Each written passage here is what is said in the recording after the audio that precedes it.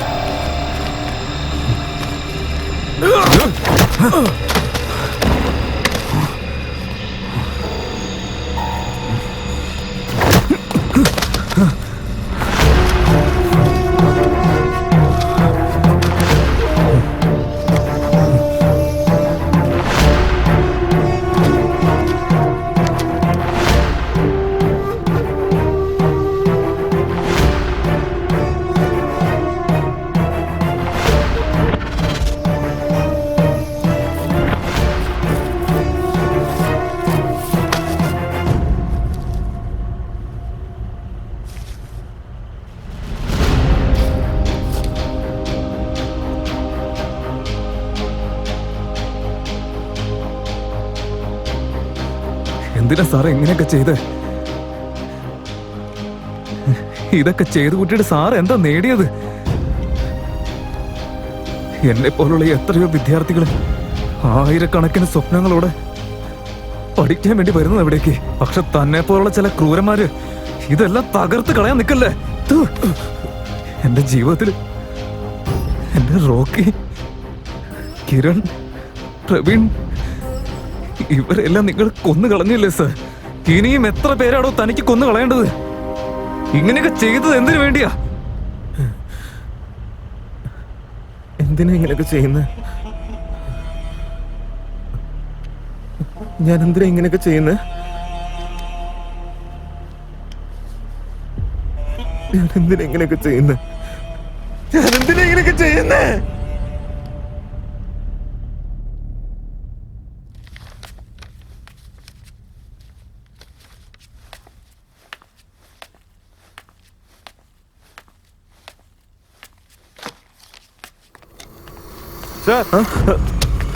എന്താ പാതിരാത്രി മനുഷ്യ പേടിപ്പിക്കാനായിട്ട്? ഇതുവരെ ഉറങ്ങില്ലേ സാറേ? ഞാൻ ഉറങ്ങിയോന്നൊക്കെ നീ എന്തിനാ അന്വേഷിക്കുന്നേ? പോയി കിടന്നുറങ്ങ്. അവിടെ സുരേഷിന് ഭയങ്കര ചുമയാ സാറേ, കുറച്ച് സിറപ്പ് തരൂ. അവനെ കൊണ്ട് ഞാൻ ഏത് നേരം നോക്കിയാലും ചുമച്ച് കുറച്ച് ഇങ്ങനെ കിടന്നോളും. ആ ചെക്കനെ കൊണ്ട് എനിക്ക് വയ്യാണ്ടാവുന്നുണ്ട്.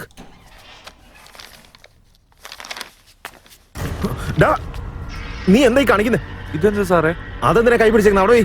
എന്താന്ന് പറയും? അതൊന്നും നിനക്ക് പറഞ്ഞാൽ മനസ്സിലാവില്ല. ഞാൻ അതവിടെ പോയി. ഞാൻ പറയുന്നത് കേൾക്ക്. പോകരുത്. ഓടരുത്.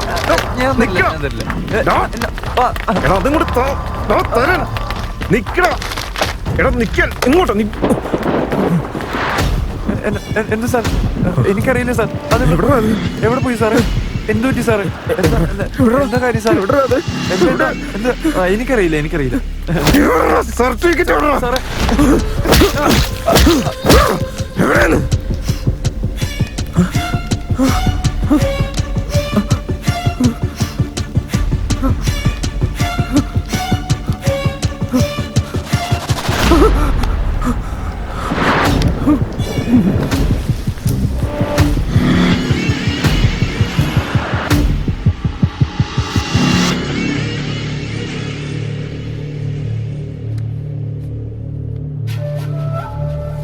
ഞാൻ ആരെങ്കിലുമൊക്കെ ഇങ്ങനെ കൊല്ലുമെന്ന് സ്വപ്നത്തിൽ പോലും ഞാൻ കരുതിയതല്ല.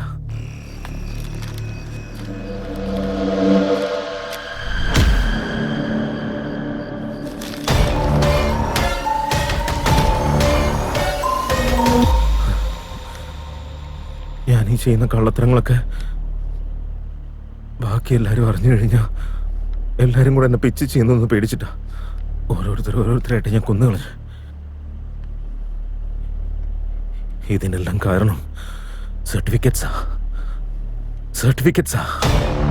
എല്ലാ ദിവസവും അന്വേഷിക്കാറുണ്ട്, പക്ഷെ എത്ര അന്വേഷിച്ചിട്ടും ഇത് കണ്ടെത്തിയില്ല. പക്ഷെ ആ സർട്ടിഫിക്കറ്റ്സ് എല്ലാം അവസാനം നമ്മുടെ റോക്കിയുടെ കയ്യിലാ കിട്ടിയേ.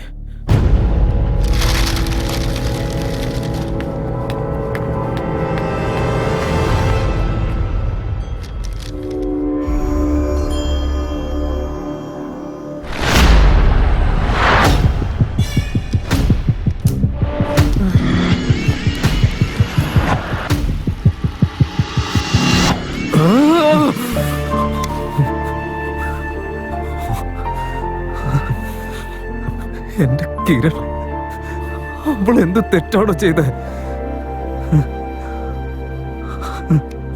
കിരൺ, അന്ന് ഞാൻ പ്രവീണെ കൊന്ന് കെട്ടിത്തൂക്കുന്നത് കിരൺ കണ്ടു.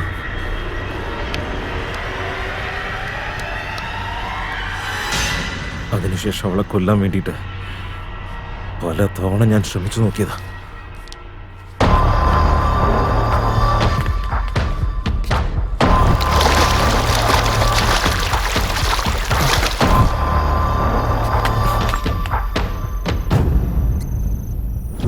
അന്ന് അവള് നിന്നോട് എല്ലാ കാര്യങ്ങളും തുറന്നു പറഞ്ഞിരുന്നെങ്കിൽ Your prediction is right. ഞാൻ പറയാം. എനിക്ക് പിന്നെ വേറെ വഴിയില്ലാണ്ടായി. അതുകൊണ്ട് തന്നെയാ എനിക്കൊരാളുടെ കാര്യത്തിൽ സംശയമുണ്ട്.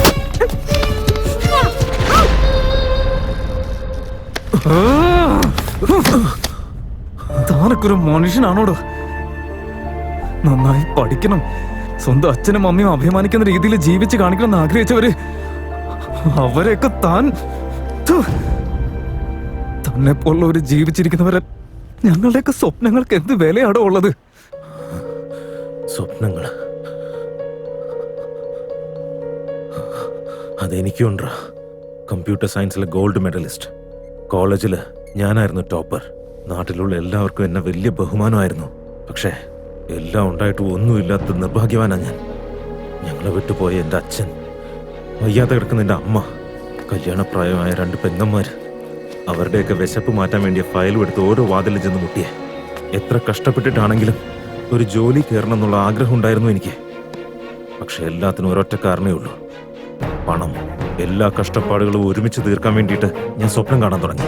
അപ്പോഴാ പണം സമ്പാദിക്കാനുള്ള വഴി എൻ്റെ മുന്നിലേക്ക് നടന്നെത്തി. അവർക്ക് അവരുടെ കാര്യം സാധിക്കണമായിരുന്നു, എനിക്ക് ആവശ്യം പണമായിരുന്നു. ഞങ്ങളുടെ 2 പേരുടെ ഇടയിൽ മറ്റുള്ളവരുടെ സ്വപ്നങ്ങൾക്കൊന്നും ഞാൻ വില കൊടുത്തില്ല. ഈ ഫേക്ക് സർട്ടിഫിക്കറ്റ് ഉണ്ടാക്കാനുള്ള പ്ലാൻ അവർക്ക് ഇട്ട് കൊടുക്കുന്നത് തന്നെ ഞാനാ. അത് ചെയ്യാൻ വേണ്ടിയിട്ടാ എൻ്റെ രൂപമൊക്കെ മാറ്റിയിട്ട് കോളേജ് ഹോസ്റ്റലിൽ വാർഡനായിട്ട് ഞാൻ ഇങ്ങോട്ടെത്തി. അന്ന് മുതൽ ഒരു സെപ്പറേറ്റ് റൂം ഞാൻ എനിക്ക് വേണ്ടി യൂസ് ചെയ്യാൻ തുടങ്ങി.